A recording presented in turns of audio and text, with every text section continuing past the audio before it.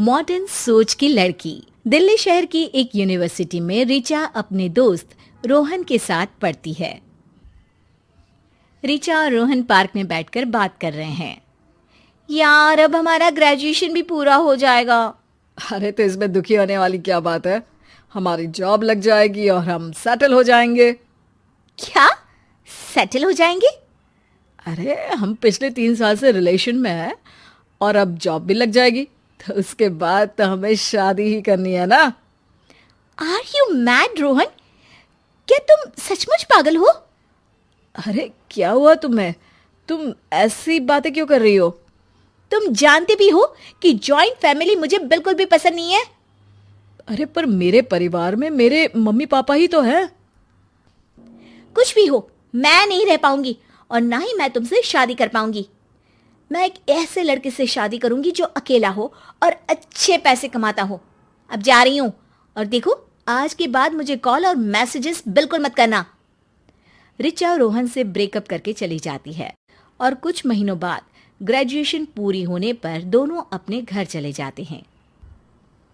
रिचा, अब तो तुम्हारी ग्रेजुएशन पूरी हो गई है बेटा, आगे कुछ पढ़ना हो तो पढ़ लो। नहीं मम्मी, मुझे अब आगे पढ़ाई नहीं करनी। तो तुम अब जॉब भी कर सकती हो। नहीं पापा, मुझे जॉब भी नहीं करनी। ठीक है, तो फिर तुम्हारी शादी ही करा देते हैं। मम्मी, लेकिन मुझे ना बड़ी फैमिली में शादी नहीं करनी। मुझे ऐसे लड़के से शादी करनी है जो अकेला हो।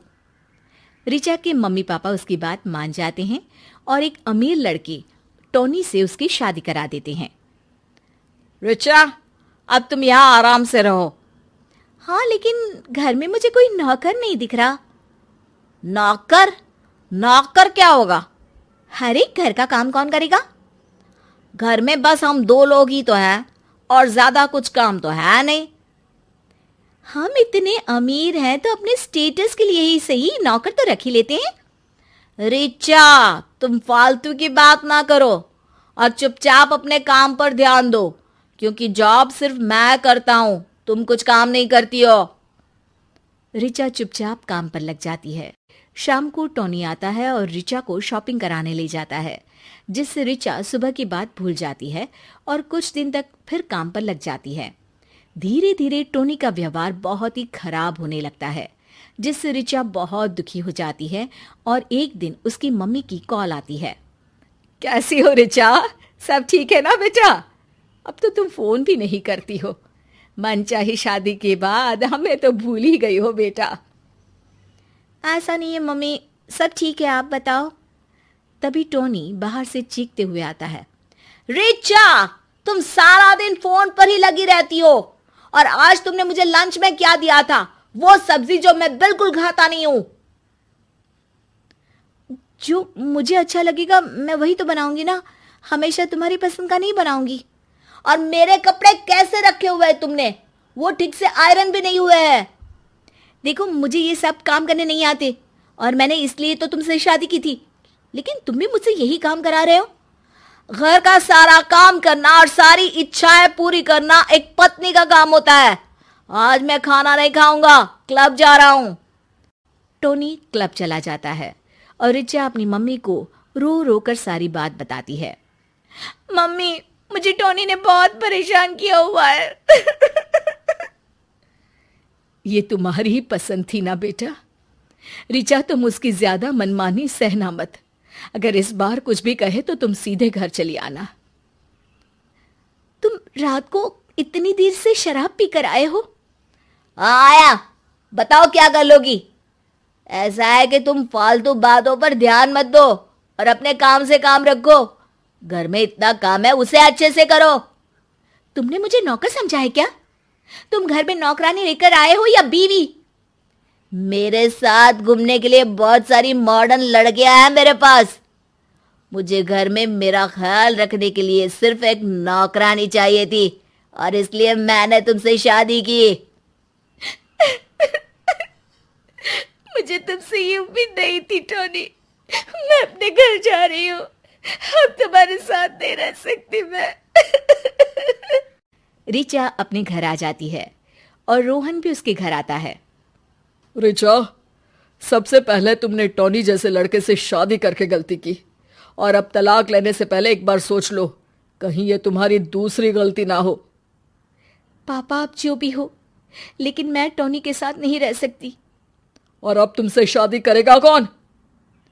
अंकल, यदि रिचा और आपकी मंजूरी हो तो मैं रिचा से शादी कर सकता हूं, और विश्वास दिलाता हूं कि उसे हमेशा खुश रखूंगा।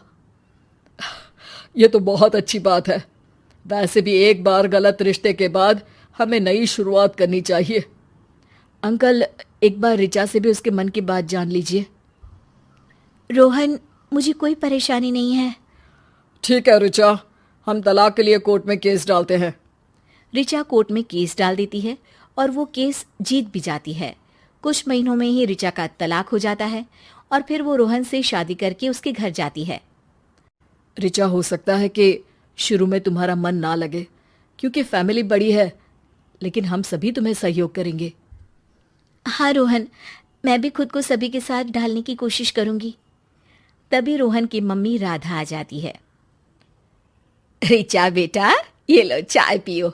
मैंने अदरक वाली बढ़िया सी चाय बनाई है। और तुम ये मत सोचना कि शादी हो गई है तो पढ़ नहीं पाओगी। अरे आगे खूब मन लगाकर पढ़ो बेटा। जी मम्मी जी, मैं ज़रूर पढ़ूंगी। कुछ दिन बाद रिचा की तबीयत खराब होती है। रिचा बेटा, तुम किचन में क्या कर रही हो? तुम्हारी तबीयत खराब है। जाओ रोहन के साथ जाकर दवाई लेकर आओ, तब तक मैं कुछ खाने के लिए बना देती हूँ। रोहन रिचा का बहुत ख्याल रखता है। तभी रिचा को बैठे हुए ख्याल आता है। रिचा, तुम अभी तक उठी क्यों नहीं? ये सोने का टाइम है क्या? मेरी तबीयत ठीक नहीं है, मुझे बुखार और दर्द है। ये सब तुम्हारे काम ना करने के बहाने हैं। मैं सच बोल रही हूँ। मुझे सच और झूठ से कोई फर्क नहीं पड़ता। ऑफिस के लिए लेट हो रहा हूँ, उठकर टिफिन तैयार करो। तभी राधा खाने की थाली लेकर आ जाती है। रिचा बेटा, अब तुम्हारी तबीयत कैसी है? लो अब खाना खा लो। हाँ, जल्दी से खाना खत्म करो, फिर तुम्हें दवाई भी खानी है, और मैं तुम्हारे सर में बाम लगा देता हूँ।